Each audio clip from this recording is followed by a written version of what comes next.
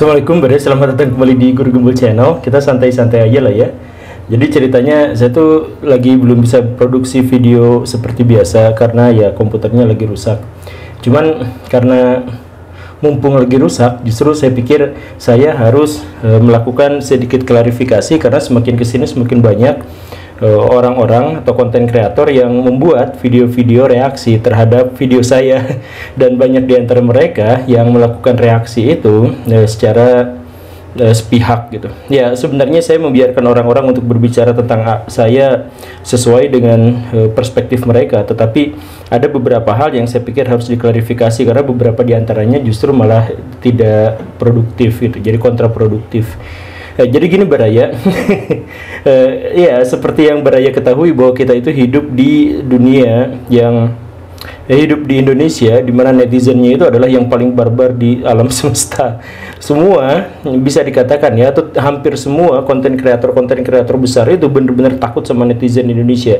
Saya sudah berjumpa dengan Pak Deddy Kobisa, sudah berjumpa dengan ya tokoh-tokoh yang sangat besar yang sudah berpengalaman dalam YouTube, dan banyak di antara mereka yang menyatakan kapok dan banyak di antara mereka yang mengkhawatirkan kondisi mental saya, kesehatan mental saya, karena banyak sekali netizen yang menghujat, yang menjelek-jelekan dan sebagainya, dan mereka sudah mengalami hal itu gitu. Bahkan banyak sekali konten-konten kreator yang berhenti untuk membahas tema tertentu karena khawatir dengan hujatan. Jadi hujatan netizen di Indonesia itu sudah benar-benar kelewatan, sudah keterlaluan. Bahkan kemarin Pak Remoncin itu sampai bikin berapa video gitu ya untuk bikin klarifikasi bahwa beliau itu gimana gitu, karena dihujat dengan hujatan yang jauh lebih sedikit daripada apa yang pernah saya alami. Jadi Baraya, kalau Baraya pengen tahu, yang menghujat saya itu udah mengkafirkan, udah ada yang menyebut saya Wahabi, ada yang menyebut saya Syiah, ada yang menyebut saya NU, Islam Nusantara liberal, dan bla bla bla dan sebagainya. Ada yang misionaris menyamar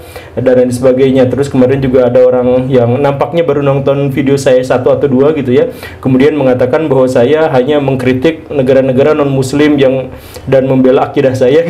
Ada juga yang seperti itu gitu ya. Belum tahu bahwa video saya itu kan kebanyakan justru adalah mengkritik saudara-saudara saya yang seiman gitu, yang muslim dan lain sebagainya. Tapi ya banyaklah seperti itu, dan menjadi tidak produktif itu karena banyak di antara mereka yang ternyata gagal paham untuk memahami apa yang saya pahami gitu. Nah, di sini saya mengumpulkan ada tiga pertanyaan, tiga kritik sebenarnya, dan itu kritiknya multidimensi. Saya pilih-pilih gitu ya, yang terkait dengan saya sendiri, yang terkait dengan channel saya, dan yang terkait dengan hal-hal yang lebih teknis gitu. Nah, kemudian hal yang pertama itu ya, tapi sebelumnya sekali lagi saya mohon maaf ya, karena kita ngobrolnya seperti ini santai-santai aja, karena studio saya dirusak. Kemudian komputer saya rusak juga. Jadi kalau Baraya punya komputer yang bisa saya beli ya hubungi saya aja ya. Ya itu mah gampang lah.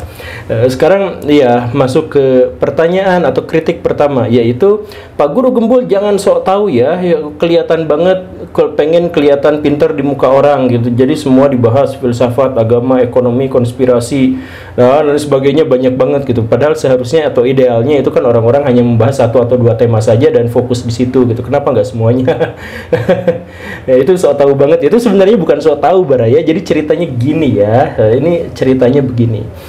Kalau Baraya nonton channelnya Tangan Belang itu kadang-kadang di awal video itu selalu suka bilang bahwa gua nampilin atau gua ngupload video yang gua suka gitu. Nah, itu fokusnya itu di situ. Jadi sebagai konten kreator, saya punya keresahan, saya punya sesuatu yang ingin disampaikan. Nah, disampaikannya itu adalah dengan tema-tema yang itu gitu. Nah, jadi tema-tema yang itu bukan saya berarti berkuasa di situ atau saya menguasai tema itu atau hal yang semacam itu, tetapi saya sangat resah di tema itu sehingga saya harus keluarkan di situ gitu.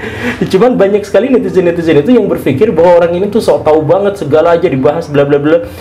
Baraya, ini juga sesuatu yang harus penting ya, hal yang harus saya sampaikan begini. Jangan pernah berpikir seperti orang-orang feodal zaman dulu, khususnya karena Baraya itu hidup di dunia modern. Itu pentingnya. Jadi maksudnya apa? Maksudnya begini, kalau ada orang yang menyampaikan, saya menyampaikan sesuatu, pahami bahwa saya menyampaikan apa yang menjadi bahan kajian, atau apa yang menjadi bahan bahasan. Makanya saya kadang bilang, yuk kita bahas. Bahasan kita kali ini adalah episode ini kita akan membahas tentang bla bla bla bla bla. Nah, kalau bahasan, kalau subnya itu adalah bahasan, maka setiap orang berhak membahas apapun yang dia mau. Terlepas latar belakangnya apa, terlepas keahliannya apa dan sebagainya, dia berhak untuk membahas apapun. Karena yang dibahas itu tidak terkait dengan otoritas keilmuan. Berbeda dengan kalau saya mengajar. Nah, kalau saya mengajar, maka saya harus disesuaikan dengan kaidah keilmuan yang sudah saya kuasai sebelumnya. Begitu. Nah, jadi kalau saya bikin konten yang banyak banget begini-begitu, itu kan bahasan, bukan saya ngajarin baraya. Saya berulang-ulang di banyak sekali video, saya jelaskan saya gak ngajarin, saya adalah membuka keran diskusi sehat dan terbuka. Begitu kan ya, kalau misalkan bahasan itu ya bebas, temanya apa aja gitu. Jadi silahkan baraya berpikir kembali, jangan berpikir feodal. Tapi mungkin orang-orang yang mengkritik saya seperti itu karena ya berpikir feodal itu, jadi mengira ketika ada orang yang membahas sesuatu dianggapnya sebagai ngajarin sesuatu gitu. Itu beda cerita baraya, beda jauh gitu ya. Jadi mohon pahami bahwa kenapa banyak sekali tema-tema dalam channel ini, ya gara-gara keresahan saya juga ada di banyak bidang. Dan kalau misalkan baraya mau telaah lebih jauh lagi, lebih dekat lagi, sebenarnya ya, walaupun saya membahas dengan banyak sekali tema, pesan-pesan yang ada di dalamnya sebenarnya itu-itu saja. Pesan soal introspeksi diri, soal kritis, soal skeptis, mandiri secara intelektual, nggak mudah termakan hoax dan lain sebagainya. Ya begitu, kadang-kadang saya juga bikin misalkan satu teori, saya paparkan satu teori, banyak orang yang kemudian bilang saya nggak setuju dengan pendapat Anda. Ceplak, saya kan saya nggak bilang ini pendapat saya jelaskan teori, bukan berarti ketika saya menyampaikan sesuatu saya percaya pada apa yang saya sampaikan. Ya karena, jadi pahamilah ini sebagai bagian dari diskusi gitu, bagian dari bahasan gitu.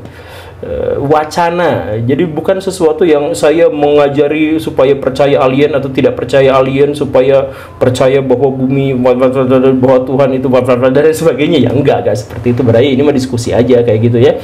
Banyak sekali kan saya sejak awal bikin cerita bohongnya kayak gini loh ya. Saya bikin bahwa ini adalah versi spiritualnya begini loh ya. Itu dikritik. Saya tidak setuju dengan analisis Anda. Aduh. Analisis itu apa coba? Bahkan sekarang makin banyak orang-orang yang mengatakan Anda itu cacat logika dan sebagainya. Cacat logika tapi dia nggak jelasin cacat logikanya apa gitu. Jadi pernah mendengar saya cacat logika, dia dikritik dengan cara seperti itu, makanya dia ngebales, tapi dia nggak paham cacat logika itu apa gitu. Atau Anda itu berasumsi. Nah, asumsi itu apa, dia juga nggak ngerti gitu. Tapi ya intinya mah no smoking sih. Silakan kalau misalkan baraya mau mengkritik mau apa ya bebas-bebas aja, tapi pahami bahwa dalam konteks ini saya gak mengajar, dan karena itu saya gak mengklaim kebenaran, dan karena itu apa yang ada di channel ini adalah bahan diskusi, bahan introspeksi bersama, begitu baraya. Jadi kalau saya bacanya macam-macam ya boleh-boleh aja bang, terserah saya kan ya. Kalau ngebahas mau ngebahas apa aja baraya juga boleh gitu.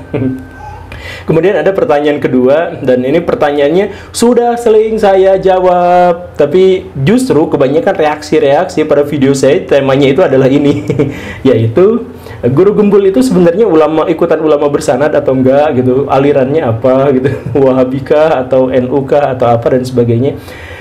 Saya capek sebenarnya mendapat pertanyaan ini, tetapi setiap orang yang mereaksi saya atau kebanyakan orang yang mereaksi saya pasti mereaksinya dalam kacamata itu gitu, dalam kotak itu. Bahkan ada yang bilang saya itu Wahabi yang bermutasi. Kadang-kadang ya sudahlah. Karena itu padahal nomor kontak saya itu ada di deskripsi. Kenapa mereka nggak langsung ngobrol ke saya, ngontak gitu.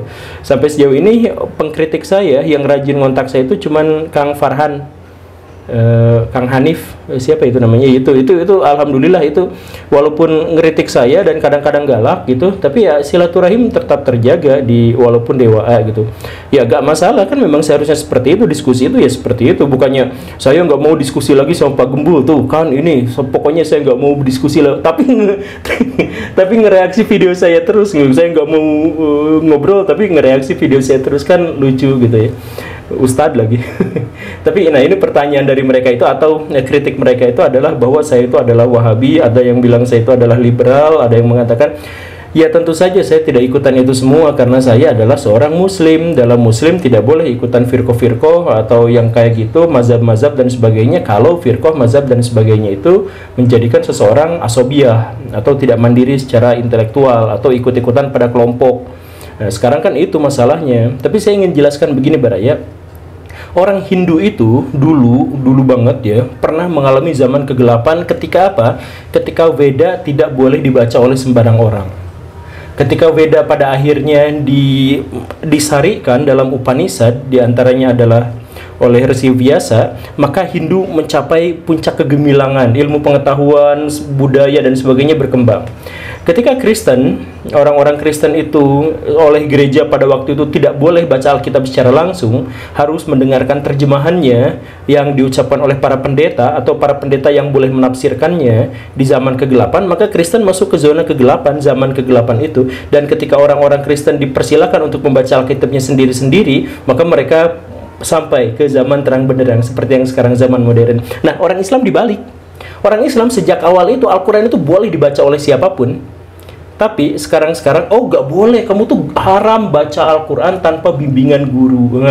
Guru yang dimaksud itu siapa? Guru dari kelompok ini, kelompok ini. Jadi kalau baca Quran tapi bimbingan gurunya dari kelompok anu, itu haram. Nah, itulah dunia Islam sekarang itu. Makanya Islam sekarang jadi hancur, dari awalnya terang jadi gelap itu gara-gara itu. Kalau agama-agama yang lain dari gelap jadi terang, kalau Islam dari terang jadi gelap. Karena apa? Karena Al-Quran sekarang gak boleh dibaca sama sembarang orang. Oh, nanti itu jadi teroris kalau baca Al-Quran secara langsung gitu dan sebagainya gitu ya. Nah, inilah makanya saya katakan saya tidak bermazhab, tidak berkelompok. Karena apa? Karena berkelompok-kelompok itu pada akhirnya jadi asobiah. Jadi yang diajarkan itu adalah tafsiran atas Al-Quran, bukan Al-Qurannya secara langsung gitu.